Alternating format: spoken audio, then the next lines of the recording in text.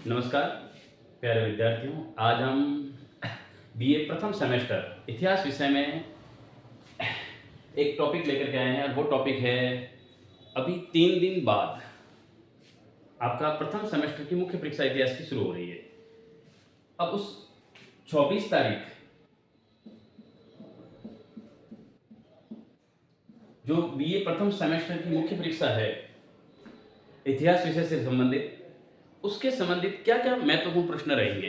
महत्वपूर्ण प्रश्न से ज़्यादा जोर आपको इस बात पर देना है कि यूनिट वाइज आपको कौन से टॉपिक्स पढ़ने हैं, प्रत्येक यूनिट में है क्या। क्योंकि मैंने कई बच्चों के ऐसे रिव्यू देखे हैं जिनमें कहा गया कि भाई सिलेबस क्या है, अभी भी स्थिति ये क्लियर नहीं हो पाई है। जब सिलेबस का ध्यान नहीं है पूरा तो मैं उसी चीज़ पर फोकस कर रहा हूँ। आज यूनिट वाइज सिलेबस के हिसाब से मैं आपको जो जो प्रश्न बन रहे हैं प्रत्येक यूनिट में, उस यूनिट से वो प्रश्न आपको बता रहा हूँ मैं। दूसरा, प्रश्न की संभावना किसकी रहती है ज़्यादातर। दूसरा, उस यूनिट में है कौन कौन से कंटेंट और प्रत्येक यूनिट से क्वेश्चंस कितने आएंगे, उसके संदर्भ में अगर देखा जाए तो अपना पूरा जो पाठ्यक्रम है वो पाठ्यक्रम 5 इकाई में डिवाइड है, यानी 5 यूनिट में बटा हुआ है। और जो पेपर बनेगा आपका वो 10 सवाल ऐसे आएंगे आपके जो आपके अति लोकोत्तरात्मक होंगे, जिनका शॉर्ट आंसर देना है आपको। 2-2 नंबर का होगा, प्लस 5 क्वेश्चंस ऐसे करने हैं जिनमें 10 आएंगे आपके और 10 में से आपको 5 करने हैं, यानी कि सवाल कितने आएंगे 10। प्रत्येक यूनिट से यानी प्रत्येक इकाई से 2 क्वेश्चंस आएंगे आपके और 5 इकाई से आपके 10 क्वेश्चंस हो जाएंगे। अब जो 10 क्वेश्चंस हो रहे हैं, यानी प्रत्येक इकाई से जो 1-2 क्वेश्चंस आ रहे हैं, इन 2 में से कोई भी एक अटेंड करना है आपको और प्रत्येक क्वेश्चंस 10 नंबर का होगा। तो एक जो अटेंड कर रहे हो और 10 नंबर का है तो हर यूनिट से एक अटेंड करना है 2 प्रश्नों में से। यानी आप पहली चीज तो यही ध्यान रखनी है, अ भाग आएगा खंड अ, उसमें 10 सवाल आएंगे, 10 के 10 करने हैं, शॉर्ट आंसर है, 2-2 नंबर के हैं। खंड जो ब है उस खंड ब भाग में 10 क्वेश्चंस आएंगे, लेकिन 10 क्वेश्चंस का उसका ध्यान रखना है कि प्रत्येक इकाई से 2 सवाल आएंगे और प्रत्येक इकाई से जो 2 सवाल आ रहे हैं उन 2 में से एक सवाल आपको करना है। तो प्रत्येक इकाई से अगर एक सवाल करते हो तो 5 इकाई से 5 सवाल हुए और एक क्वेश्चन 10 नंबर का है तो 50 नंबर का भाग ब होगा, जो बड़ा महत्वपूर्ण टॉपिक है आपके लिए। क्योंकि जो भी 50 नंबर है ये 50 नंबर आपके निबंधात्मक क्वेश्चंस के ऊपर रहेंगे, यानी प्रश्न सारे कैसे रहेंगे आपके निबंधात्मक प्रश्न रहेंगे। अब निबंधात्मक प्रश्न है और उनकी जो शब्द सीमा दे रखी है आपके लिए, वो शब्द सीमा लगभग आपको 500 शब्दों में आंसर देना है। कितने में? 500 शब्दों में। इसका मतलब विस्तृत पूरा मूल्यांकन करना है जिस क्वेश्चन का भी आंसर आप लिख रहे हो। अब ये जो 5 सवाल करोगे, ये जो उत्तर दे रहे हो 500 शब्दों में, उनके लिए क्या मापदंड रहेगा? जैसे आप यूनिट वाइज करते हो, प्रथम यूनिट आएगी, इसमें 2 क्वेश्चन आएंगे आपके, फर्स्ट सेकंड, बीच में आएगा अथवा। अब इन दोनों में से कोई एक करना है। फिर आएगी यूनिट सेकंड, उसमें भी 3-4 आएंगे तो उनमें भी अथवा आएगा, अथवा में से कोई एक करना है। इस प्रकार 5 यूनिट में 2-2 क्वेश्चन होंगे और आपको एक एक सिलेक्ट करना है। अब ये चीज हुई कि इसका मतलब हर यूनिट से 2 क्वेश्चंस बड़े आएंगे निबंधात्मक प्रश्न। इसका मतलब प्रत्येक यूनिट से 2 तो आने ही आने हैं और 2 ही शॉर्ट आंसर वाले आएंगे। हर यूनिट से 2 शॉर्ट आंसर वाले और हर यूनिट से 2 निबंधात्मक क्वेश्चंस पूछे जाएंगे। अब जो निबंधात्मक क्वेश्चंस पूछे जा रहे हैं उनको यूनिट वाइज क्या पाठ्यक्रम दिया हुआ है आपके, उसमें से कैसे आएंगे, तो किसकी संभावना रहती है, एक यूनिट में अधिकतम कितने सवाल बनते हैं। एक चीज और भी है, ज्यादा तुक्के मत लगाने की कोशिश करना कि यही मोस्ट है यही आ जाएगा, इस पर्पज में आप ज्यादा मत पढ़ना। क्योंकि कई क्लासें ऐसी लगती है जिसमें ये बताया जाता है कि महत्वपूर्ण। अब मोस्ट के चक्कर में अगर एक भी सवाल मिस हो गया तो सीधे 10 नंबर का आपको डाउन कर देगा वो। इसलिए कहते हैं कि उस यूनिट को देखो, और वैसे भी जितने भी महत्वपूर्ण बताए जा रहे हैं वो इसी आधार पे बताए जा रहे हैं कि उस यूनिट्स में कुछ ज्यादा टॉपिक्स है ही नहीं। तो आपके जब टॉपिक्स ही नहीं है तो ज्यादा किसी यूनिट में आपके अधिकतम मैक्सिमम कितने बनते हैं, 3 क्वेश्चन ही बनते हैं। किसी में 2, किसी में 3, कोई यूनिट ऐसी होगी जो बड़ी है तो उसमें 4 क्वेश्चंस की संभावना रहती है, वरना 3 सवाल ही बन रहे हैं और आपको 3 में से 2 तो वहां आ रहे हैं, फिर आपके लिए कौन सी दिक्कत होगी बड़ी। इसलिए कहते हैं कि अच्छे मार्क्स लाने हैं तो पूरी ओवरऑल तैयारी करके जाना, और पास ही होना है तो महत्वपूर्ण प्रश्नों के जाल में उलझ जाना, नहीं तो कई जने आएंगे, क्लास होगी, महत्वपूर्ण प्रश्न बता दिए जाएंगे, ये चीजें मैं किसी भी सवाल के ऊपर उसका आंसर यहाँ नहीं बता रहा हूँ कि भाई आंसर क्या होगा, आपको अभी इतना ही टाइम है 3 दिन के अंदर के जो जो बता रहा हूँ उस कंटेंट को आपको पूरा क्लियर करना है, क्योंकि जो कंटेंट आप क्लियर कर रहे हो उनमें बस इन सवालों को देखते रहना यूनिट वाइज को, कि कौन से यूनिट में कौन कौन से सवालों को अपनों को पढ़ना है। जैसे आप ये चीज क्लियर कर दोगे आपका लगभग पूरा सिलेबस क्लियर हो जाएगा, और जब पूरा सिलेबस क्लियर है तो आपके टेंशन नहीं रहेगी कौन सा मोस्ट है कौन सा नहीं है। जो मैं बता रहा हूँ उस चीज पे फोकस ज्यादा करना, क्योंकि जो चीज मैं यहाँ लेकर के आ रहा हूँ इस चीज का दावा है, पेपर के बाद आप आकर के देखना क्वेश्चंस इधर से उधर कुछ भी नहीं होगा, क्योंकि यूनिट वाइज जो पाठ्यक्रम है वो लगभग संपूर्ण पाठ्यक्रम की अपन चर्चा कर रहे हैं। तो अब अपन यूनिट वाइज कौन कौन से महत्वपूर्ण क्वेश्चंस है और आपको यूनिट वाइज ही पढ़ने हैं, ओवरऑल कोई नहीं पढ़ेगा कि भाई डायरेक्टली अपन ने सवाल पढ़ लिए, क्योंकि किसी यूनिट में वो 4 बता देगा, किसी में 2 बता देगा, तो फिर बड़ी उलझन हो जाएगी। विशेष करके सीरीजों से आजकल पढ़ते हो, किसी किसी यूनिट का एक ही सवाल दे रखा होता है तो वो आपके लिए उलझन पैदा कर देगा, क्योंकि हर यूनिट से 2 तो आनी ही है, और जो एक बता दिया तो फिर दूसरा कौन सा होगा, और जो एक बताया वो ही नहीं आया तो। इसलिए कहते हैं कि जो पाठ्यक्रम पूरा दे रखा है उस पर आप ज्यादा फोकस करना। वैसे भी ज्यादा है नहीं, ज्यादा से ज्यादा आपके 15 सवाल बनेंगे और उसमें से 10 सवाल तो वहां आपके आ रहे हैं, तो ज्यादा माथापच्ची करनी नहीं है, 3 दिन जम के पढ़ लो, बहुत बढ़िया पेपर होगा, ये चीज पूरी गारंटी दे रहा हूं। अब चीज ये है कि प्रथम प्रश्न पत्र में, वैसे प्रथम का तो है ही नहीं, प्रथम सेमेस्टर ही हुआ अब तो, क्योंकि अब हर सेमेस्टर में एक ही पेपर है। इससे पहले जब एनुअल स्ट्रीम थी तब उसमें प्रत्येक विषय के 2 पेपर हुआ करते, अब एक ही पेपर है, तो जो पेपर है उस पेपर का नाम क्या है पहले उस पर चर्चा कर लेते हैं। आपका जो प्रथम प्रश्न पत्र है वो है इतिहास का प्रारंभ से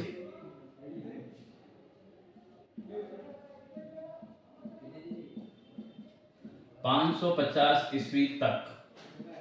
कई सारी सीरीजें ऐसी है जो इसमें भी मिस प्रिंट लेकर के आए हुए हैं, गलतियां कर रहे हैं कि 550 ईसा पूर्व तक बता रहे हैं। 550 ईसा पूर्व तक नहीं है, 550 ईस्वी तक है, जिसमें गुप्त काल पूरा दे रखा है, यानी प्रारंभ से लेकर गुप्त काल तक का जितना इतिहास है भारतीय इतिहास वो पूरा का पूरा फर्स्ट सेमेस्टर में दे रखा है। तो ये अपने पेपर का नाम है इतिहास में कौन सा, प्रारंभ से लेकर 550 ईस्वी तक। अब इसमें प्रारंभ से लेकर के बताया गया है तो फिर प्रारंभिक जानकारियां भी होगी। अब जो यूनिट फर्स्ट है, इसमें मैं यूनिट वाइज आपको बता रहा हूं कि अधिकतम सवाल कितने बन रहे हैं आपके यूनिट फर्स्ट। अब आप देखना जो प्रथम इकाई है उस प्रथम इकाई में देखो प्रारंभ से पूछा है, और क्योंकि ये कालखंड पूरा का पूरा भारत का जो इतिहास है उसे मुख्य रूप से 3 भागों में जो बांटा गया है, प्राचीन इतिहास, मध्यकालीन इतिहास और आधुनिक इतिहास, उसमें ये रिप्रेजेंट करता है प्राचीन इतिहास को। और जब भी किसी इतिहास को पढ़ते हैं तो इतिहास को पढ़ने के लिए अपने पास सोर्स चाहिए, तो उस समय कौन से सोर्स थे, तो जिस टाइम पीरियड का, जिस कालखंड का इतिहास दे रखा है उसके ही सोर्स पूछे जाएंगे। तो पहला प्रश्न तो फर्स्ट यूनिट में यही बन रहा है कि प्राचीन भारतीय इतिहास,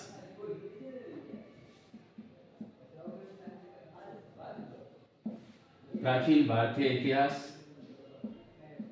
की जानकारी के प्रमुख स्रोत,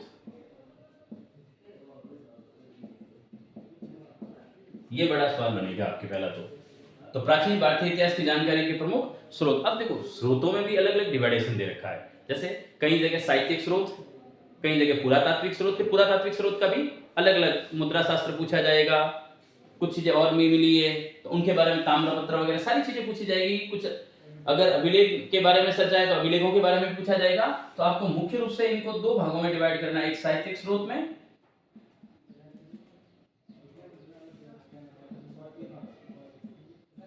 और दूसरा पुरातात्विक स्रोत में।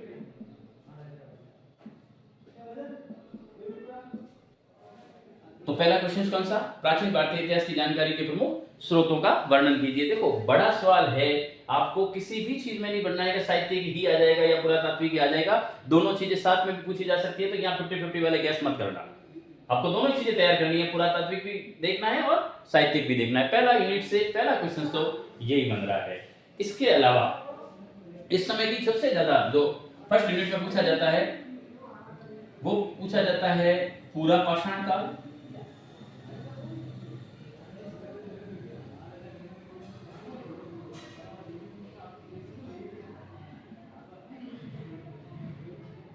और मध्य पाषाण काल। पूरा पाषाण काल का कालखंड कैसा था, जीवन कैसा था, क्या स्थितियां थी, तो उनकी जो मेन फीचर्स है वो पूरा पाषाण काल की और मध्य पाषाण काल की पूछी जाएगी आपको। तो इन दोनों के संबंध में और एक चीज स्पेशली आप याद रखना, मध्य पाषाण काल से संबंधित चीज थी मेगालिथ। उस समय शब्द अपनाने की कुछ प्रक्रियाएं हुआ करती थी, उन्हीं को मेगालिथ के नाम से जाना जाता है। तो मेगालिथ के बारे में भी वर्णन किया जा सकता है, ये इससे रिलेटेड ही है। तो आपको मोटे तौर पर जो चीजें देखनी है वो एक तो पहला क्वेश्चन ये देखना है और दूसरा क्वेश्चन देखना है पूरा पाषाण और मध्य पाषाण का। इसको ग्रुप में ही जोड़े, आप अलग अलग नहीं करे। अगर इसने पूरा पाषाण का पूछ लिया था पूरा पाषाण लिख देना, मध्य पाषाण का पूछ लिया तो मध्य पाषाण का लिख देना। पर ये क्वेश्चंस पाषाण काल से रिलेटेड है और ये सोर्स से रिलेटेड है, प्राचीन भारतीय इतिहास के। अब देखो, आप मोस्ट के चक्कर में पड़ते हो, दो क्वेश्चन तो वैसे भी आने हैं और यहाँ क्वेश्चंस भी तो दो ही बन रहे हैं। अब क्या मोस्ट रहा और क्या चीज रही है, जो बताया वो आया। अब आना क्या है और बताना क्या है, यूनिट ही इतनी चीजों पर डिपेंड है। तो यही चीज है परफेक्ट, कोई मोस्ट नहीं होता, जो चीज है वो पूरी सामग्री है यहाँ। तो पहले यूनिट में दो सवाल पढ़ने हैं, प्राचीन भारतीय इतिहास की जानकारी के प्रमुख स्रोत और पूरा पाषाण और मध्य पाषाण। इस प्रकार ये प्रथम यूनिट कंप्लीट हो गया। इसके अलावा कोई सवाल आ ही नहीं सकता क्योंकि टॉपिक ही यही है। भाई टॉपिक नहीं हो तो भाई हो सकता है कि महत्वपूर्ण है नहीं आया दूसरा आ गया, तो इस यूनिट में ये सारा वर्णन दे रखा है। तो इसी जो टॉपिक्स दे रखे हैं कंटेंट यही है, तो इसी कंटेंट से सवाल आने हैं आपके पास। क्लियर? ये है फर्स्ट यूनिट, आप इसको नोट डाउन कर लो। बोले दो क्वेश्चंस है, दोनों क्वेश्चंस को आपको ध्यान से देखना है। अब आते हैं अपन यूनिट सेकंड पर।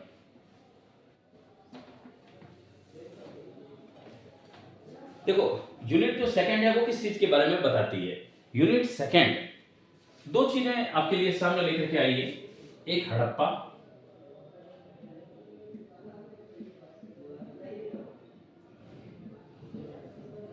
और दूसरी वैदिक सभ्यता।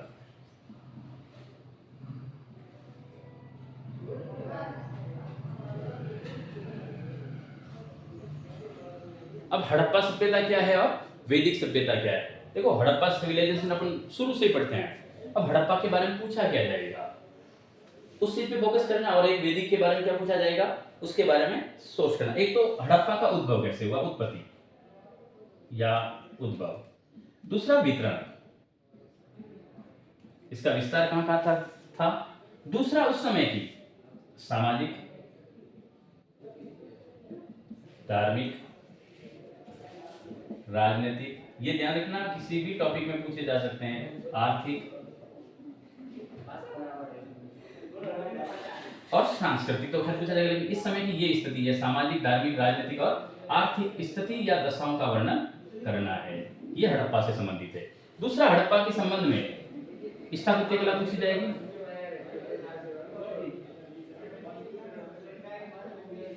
ये जो स्थापत्य कला है, अब इस स्थापत्य कला में क्या पूछा जाएगा, स्थापत्य कला से रिलेटेड जो चीज पूछी जा रही है उस स्थापत्य कला में आपके लिए सबसे महत्वपूर्ण चीज है लोथल, धोलावीरा, हड़प्पा, मोहनजोदड़ो और कालीबंगा। यानी आपके पास 5 कंटेंट है। ये जो 5 कंटेंट है लोथल, धोलावीरा, हड़प्पा, मोहनजोदड़ो और कालीबंगा, इन्हीं से रिलेटेड आपको देखना है।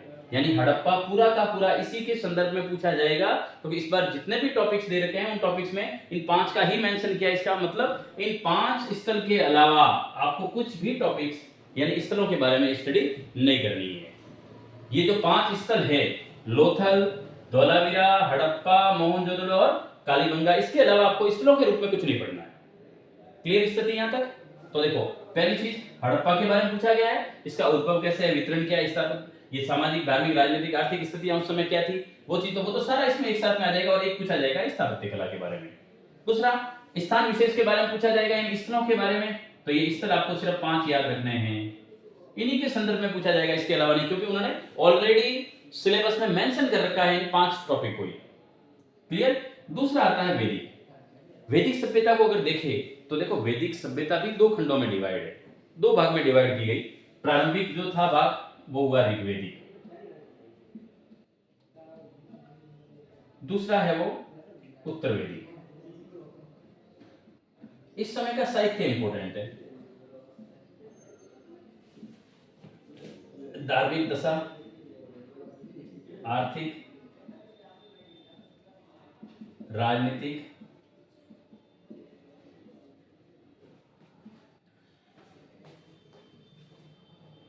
और सामाजिक, इनके बारे में आपको पढ़ना है। यानी देखो हड़प्पा सभ्यता के बारे में आपका उसका उद्भव, वितरण, यानी ये लगभग एक ही टॉपिक में कंटेंट क्लियर। जब हड़प्पा सिविलाइजेशन आप देखते हो तो ये सारी चीजें आ जाएगी। उसमें सामाजिक स्थिति क्या थी, धार्मिक रूप से कैसी स्थितियां थी, दशाएं थी, राजनीतिक दशाएं कैसी थी और आर्थिक दशाएं क्या थी उस समय। दूसरा स्थापत्य कला का पूछा जाता है, पर ये सारी चीजें जो पूछी जाएगी वो स्पेशल रेफरेंस दे रखा है इसमें। वो दे रखा है लोथल, धौलावीरा, हड़प्पा, मोहनजोदड़ो और कालीबंगा का, और उसी के संदर्भ में आपको पढ़ना है। दूसरा वैदिक सभ्यता। वैदिक सभ्यता से देखो अगर पूरा का पूरा आ गया तो वैदिक साहित्य डायरेक्टली पूछ सकते हैं, पर उसके 2 खंड कर दिए तो अपने किसी के भरोसे नहीं रहना है। अपने वैदिक में ऋग्वेदिक का भी पूछा जा सकता है और उत्तर वैदिक का भी पूछा जा सकता है। आप दोनों क्लियर करोगे तो वैसे ही वैदिक साहित्य तो क्लियर हो जाएगा। तो इसका मतलब ऋग्वेदिक का आप देखो तो भी यही चीजें देखनी है आपको, और उत्तर वैदिक की स्थिति भी इन्हीं के संदर्भ में देखनी है। तो दोनों इन्हीं के संदर्भ में आपको कंटेंट क्लियर तैयार करना है। अब कितने सवाल हुए यूनिट फर्स्ट में? 2 थे, ये यूनिट सेकंड है। तो यूनिट सेकंड में भी कितने हुए? 2 क्वेश्चंस बन रहे हैं। देख लो, एक हड़प्पा का पूरा डिटेल तैयार करना है और दूसरा वैदिक का करना है। हड़प्पा और वैदिक के अलावा हड़प्पा और वैदिक के अलावा सेकंड यूनिट में कुछ है ही नहीं। 2 ही टॉपिक के बारे में पूरी चर्चा की गई है, तो आप इन दोनों के बारे में ध्यान रखना है। अब अपन चलते हैं यूनिट थर्ड पर। अब ज्यादा जोर नहीं देना है, 2 टॉपिक क्लियर करते जाओ, आपका कंटेंट क्लियर हो जाएगा। इंपोर्टेंट के चक्कर में नहीं पढ़ना है, मार्क्स अच्छे लाने हैं तो आपको पूरी क्लियरिटी करनी पड़ेगी, क्योंकि 2 नंबर के मार्क्स भी इसी में से आएंगे। अब चलते हैं अपन यूनिट थर्ड पर।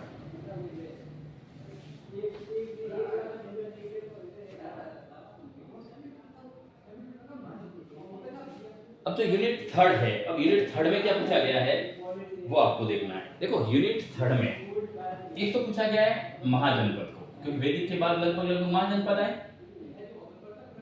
महाजनपद में 2 चीजों पर ज्यादा फोकस करना है, गण एवं संघ पर। दूसरा, इस समय मौर्य साम्राज्य आएगा।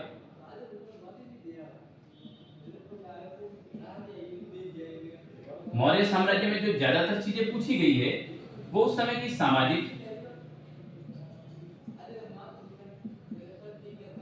आर्थिक, राजनीतिक, बस इन्हीं चीजों पे आपको ध्यान देना है, और धार्मिक स्थिति पर। इन चीजों के बारे में मौर्य साम्राज्य को पढ़ना है। ज्यादातर मौर्यकालीन साम्राज्य में समाज ही पूछा गया है, तो इस मौर्यकालीन समाज की स्थिति को क्लियर करना है आपको। इसके अलावा अगर उस समय की स्थिति देखें तो उसके बाद सबसे फेमस है अशोक, और अशोक का भी क्या, दंभ। अब अशोक कौन से वंश से रिलेटेड? मौर्य साम्राज्य से रिलेटेड है, पर फिर भी मैं कह सकता हूं कि यहाँ अगर अधिकतम आप देखो तो 3 सवालों की स्थिति बन रही है और 2 तो आने ही हैं, तो तीनों सवाल आपको क्लियर करके ही जाना है। महाजनपद में गण एवं संघ, इनके बारे में पूरी डिटेल तैयार करनी है। मौर्य साम्राज्य में मौर्य समाज को और आर्थिक स्थिति उस समय क्या थी, सामाजिक स्थिति क्या थी, राजनीतिक क्या थी, धार्मिक स्थिति क्या थी, उसके बारे में। और अशोक के धर्म को समझाना है। ध्यान रखना, धर्म नहीं है, दम है, और स्पेशल रेफरेंस में दे रखा है अभिलेख, क्योंकि अशोक के शासनकाल में अभिलेख के माध्यम से सोर्स आज हमको मिल रहा है। सारी जानकारी जो भी मिल रही है वो अभिलेखों के माध्यम से मिल रही है। तो कहते हैं उस समय ऑथेंटिक रूप से प्रमाणिक अगर कोई सोर्स था तो वो अभिलेख ही थे। तो अशोक के बारे में पूरा अभिलेखों के माध्यम से ही समझाना है। तो अशोक के धर्म को डिटेल से समझाना है। स्पेशल रेफरेंस किसका है? अभिलेख का। क्लियर। अब इसमें सवाल कितने बन रहे हैं यूनिट थर्ड में? 3 क्वेश्चंस बन रहे हैं आपके, फर्स्ट, सेकंड और थर्ड, और उन्हीं के संदर्भ में आपको पढ़ना है। तो कितने हुए? 2 फर्स्ट में हुए, 2 सेकंड यूनिट में हुए, थर्ड में 3 आए। कितने हुए? 2 2 4 और 3, 7 सवाल हुए, 3 यूनिट क्लियर है। मैं अभी भी कह रहा हूं कि 3 दिन का जो टाइम है आपके पास, उन 3 दिन के टाइम में आप लगभग इनको क्लियर कर लो। इतना हार्ड एंड फास्ट नहीं जाना ना, अपनों को शॉर्ट चलना है। ये क्लियर कर लोगे तो सवाल एक भी बार से आने वाला नहीं है आपके। ना ये है कि भाई इंपॉर्टेंट है ना जाएगा, ना पूरा सिलेबस कवर कर रहे हो तो शांति से रहोगे, आपके भी मन में हेडेक नहीं रहेगी कि हाँ हमने पूरे सिलेबस को कवर कर रखा है, तो वहां टेंशन नहीं है। हाँ लैंग्वेज थोड़ी बहुत वो चेंज कर सकता है, बाकी उत्तर वास्तव में इन्हीं चीजों पर डिपेंड करेगा आपका पूरा। क्लियर? अब आते हैं अपन यूनिट 4 पर।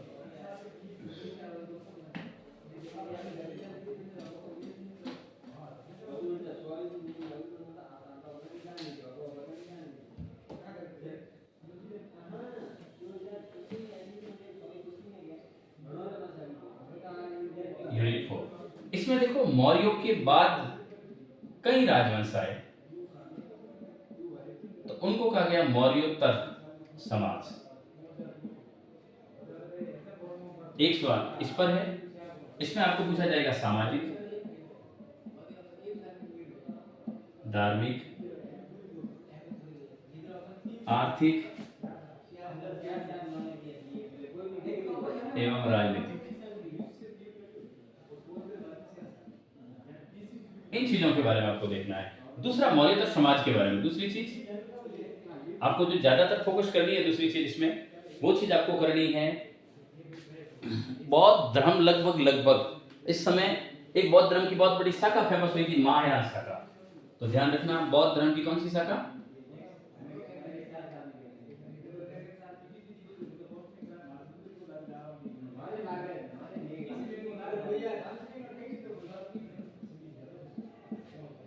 बौद्ध धर्म की महायान शाखा के संदर्भ में। दूसरा इस समय वैष्णव धर्म एवं शैव धर्म, ये पूरी यूनिट है, उस यूनिट के हिसाब से एक बार बता रहा हूं मैं आपको। और तीसरी चीज जो सबसे ज्यादा इंपॉर्टेंट है इस समय, वो थी संगम काल का। संगम काल आपने पढ़ा होगा।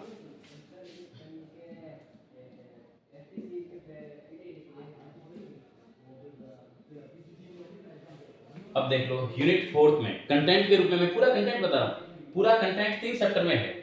पहली चीज मौर्योत्तर समाज की बताइए, यानी मौर्य वंश के बाद, मौर्य प्लस उत्तर, वो मौर्य कालीन था, और यूनिट 4 में मौर्यों के बाद की स्थिति बताई, तो मौर्योत्तर समाज बताया है। और मौर्योत्तर समाज में कौन सी स्थिति? सामाजिक, धार्मिक, आर्थिक और राजनीतिक स्थिति को क्लियर करना है।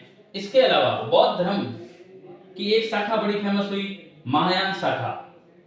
उस समय अपने पुरातन धर्म में भी कौन सी? वैष्णव और शैव संप्रदाय। तो 3 संप्रदाय आए थे, महायान संप्रदाय, वैष्णव और शैव, और इन 3 के बारे में उल्लेखित करना है। हो सकता है वो टिप्पणी पूछ ले कि निम्न पर टिप्पणी लिखी, उसमें 2 टिप्पणियां दे दे, महायान को भी दे दे, वैष्णव को भी दे दे।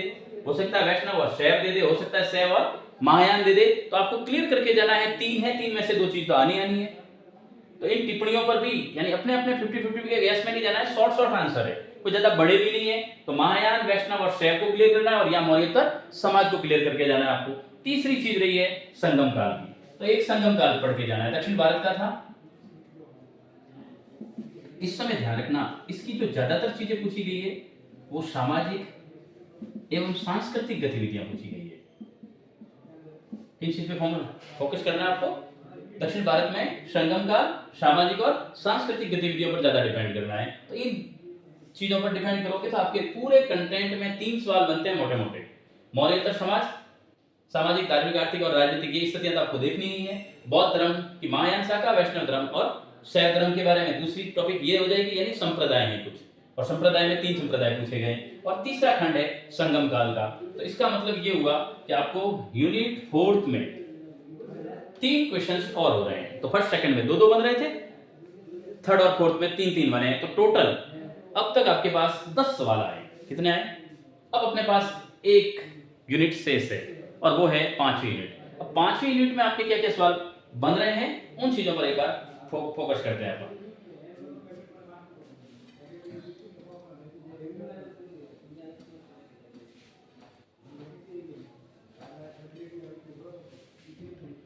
अब है यूनिट 5, और यूनिट 5 में सबसे इंपॉर्टेंट है गुप्त प्रशासन।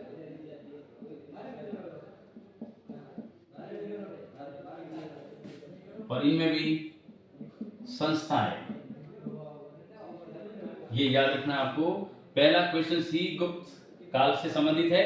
तो गुप्तकालीन प्रशासनिक जो संस्थाएं थे उस समय, उनके बारे में पूछा गया है।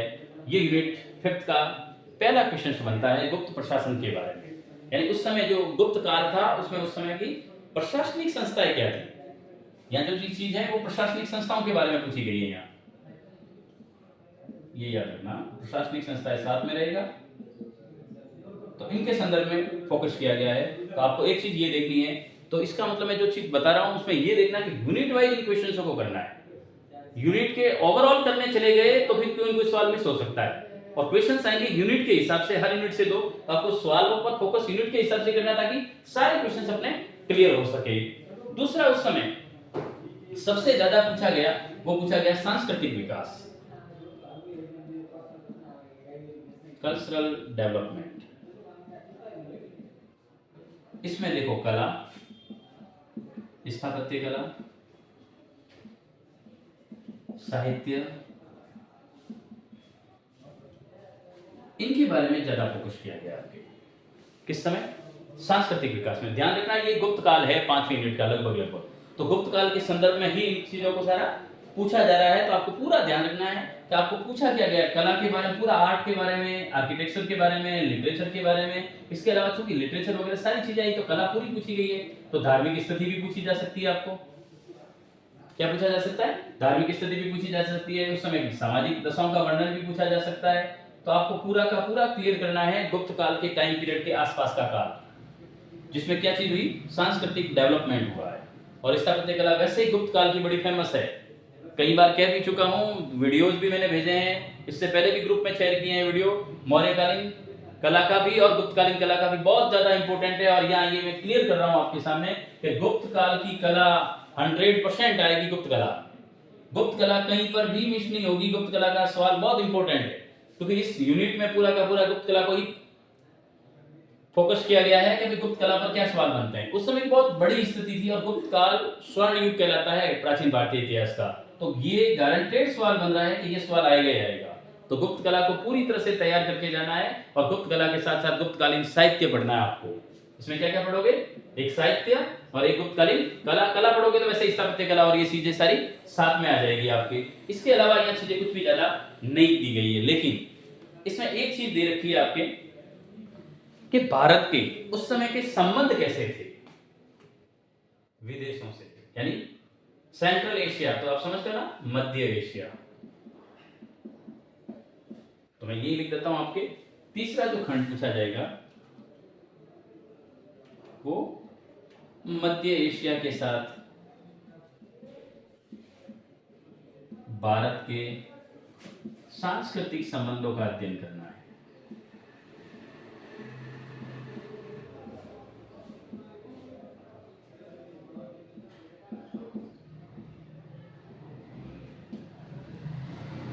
इसमें तीसरे में कितने सवाल बने, फर्स्ट, सेकंड और थर्ड। गुप्त प्रशासन संस्थाएं पूछी जाएगी, प्रशासनिक संस्थाएं क्या थी, क्या स्थिति थी, गुप्त प्रशासन कैसे चलता था। एक ही क्वेश्चन बनता है, ये मैंने क्लास में पढ़ा रखा है आपके, एक ही क्वेश्चन बनता था, राजा से लेकर मंत्री परिषद वगैरह वो सारी डिटेल दे रखी थी। दूसरा सांस्कृतिक विकास, और इसमें पूरी की पूरी गुप्त कला है।